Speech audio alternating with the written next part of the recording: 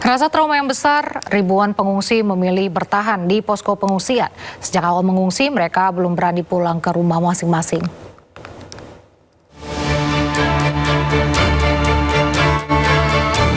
Lebih dari 1.300 pengungsi masih bertahan di tenda-tenda pengungsian di Gor Samador, Maumere, Kabupaten Sika, Nusa Tenggara Timur. Mereka masih takut kembali ke rumah karena trauma dan khawatir terjadi gempa susulan. Salah satu pengungsi yang bertahan dari hari pertama adalah Yanti. Kebutuhan anak-anak kita juga pakai uang pribadi. Makanya kita ke sana ke sini jual ikan, pagi pulang biasa pagi pulang sore, kadang pulang malam karena kita di pasar sana sampai jam 10 malam. Biasa jam 10 malam kita pulang ke tenda. Iya, belum berani pulang karena kita masih was-was. Takutnya ada mana lagi kita ada anak bayi. Yanti dan pengungsi lainnya tetap beraktivitas bekerja sesuai profesinya masing-masing. Namun untuk bermalam, para pengungsi masih memilih tinggal di posko pengungsian. Sejak awal didirikan, posko di Gor Samador terus menerima bantuan dari berbagai pihak. Namun, para korban meminta agar donatur juga memberikan bantuan makanan dan perlengkapan bayi untuk anak-anak mereka.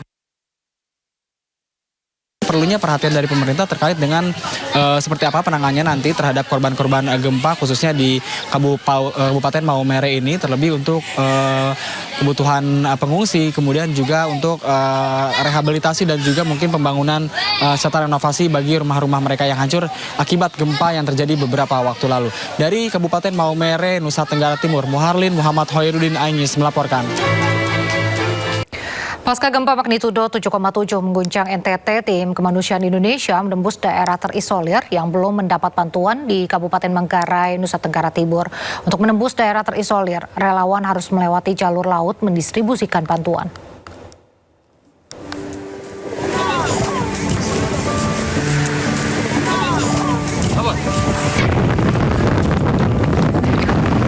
Tim relawan kemanusiaan Indonesia menembus daerah terisolir untuk mendistribusikan bantuan ke dusun Lewar. Pasca gempa 7,7 magnitudo mengguncang Kabupaten Manggarai, Nusa Tenggara Timur.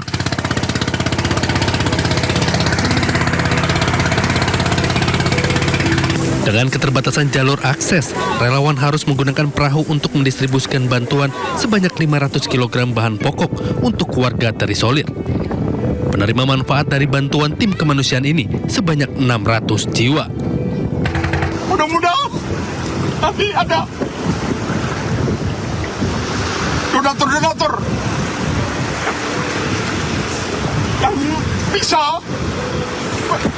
membantu Bapak Ibu di sini. Daerah yang terisolir ini baru pertama kali mendapatkan bantuan karena keterbatasan akses yang hanya bisa dilewati dengan jalur laut menggunakan perahu.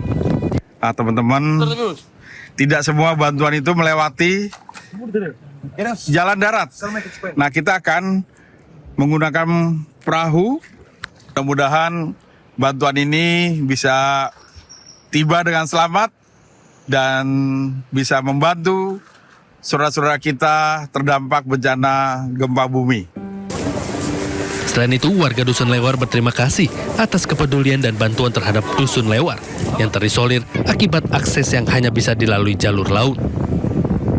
Terima kasih atas bantuan dari relawan yang telah membantu kami.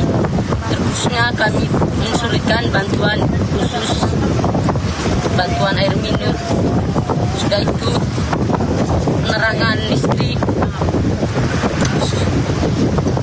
dan juga kami sulit pembangunan rumah kami itu roboh. Pasca gempa, sampai saat ini warga belum bisa kembali ke rumah hingga harus mengungsi ke dataran lebih tinggi karena gempa susulan terus terjadi di Nusa Tenggara Timur. Tim Liputan Ainis melaporkan. Memasuki hari ke-9, operasi SAR penanganan gempa bumi bermagnitudo 7,7. Basarnas mengintensifkan penanganan pasca bencana di Kabupaten Manggarai Timur, Nusa Tenggara Timur. Salah satu upaya dilakukan adalah mempercepat distribusi bantuan logistik melalui jalur udara menggunakan helikopter Dolphin milik Basarnas. Helikopter Dolphin mendistribusikan paket bantuan dari TNI Angkatan Udara ke helipad di Ronting, Desa Satar Kampas, Kabupaten Manggarai Timur. Sebelumnya Basarnas juga mendistribusikan logistik bantuan dari Kepresidenan dan bantuan dari Asosiasi Kapal Pinisi Labuan Bajo Krahawisri untuk memenuhi kebutuhan masyarakat terdampak di wilayah yang sulit dijangkau melalui jalur darat.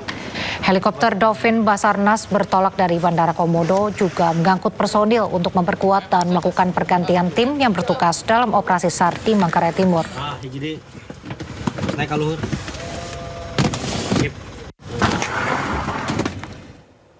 Sebanyak 2 ton bantuan siap diterbangkan ke daerah ND dan Maumere dan nantinya bantuan akan langsung didistribusikan ke daerah-daerah terdampak gempa.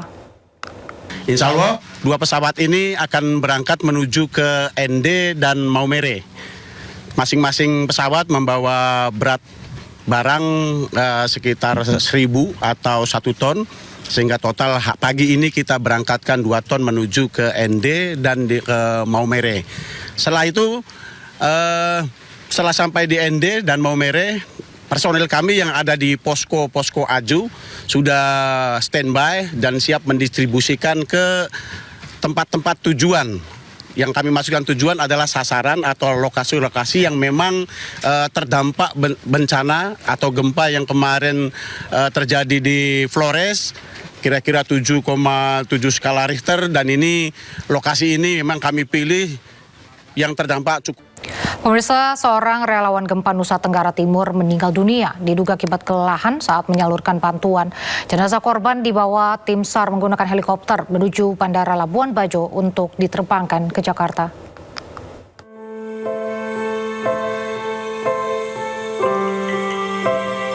Jenazah Ahmad Zaki, 41 tahun, dibawa dengan helikopter Basarnas BNPB dari Riau menuju Bandara Komodo Labuan Bajo untuk diterbangkan ke Jakarta. Jenazah pendiri Yayasan Gerak Bareng ini meninggal diduga akibat kelelahan saat menyalurkan bantuan di Manggarai Timur.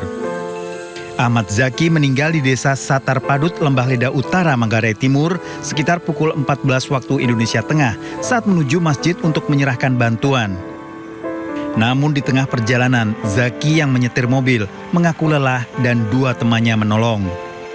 Di perjalanan dia merasa kondisinya kurang baik sehingga memerintahkan untuk pada rekannya menghentikan kendaraan logistik tersebut, dibantu karena untuk melepaskan jaket maupun helm. Dalam kondisi tersebut rekannya membantu, namun korban tidak sadarkan diri dan dibawa ke puskesmas terdekat yaitu di Dempak. Pada saat pemeriksaan dari dokter di Dempak, korban dinyatakan meninggal dunia. Jenazah akan diterbangkan dari Bandara Komodo Labuan Bajo menuju Bandara Soekarno-Hatta, Jakarta. Tim Liputan iNews melaporkan.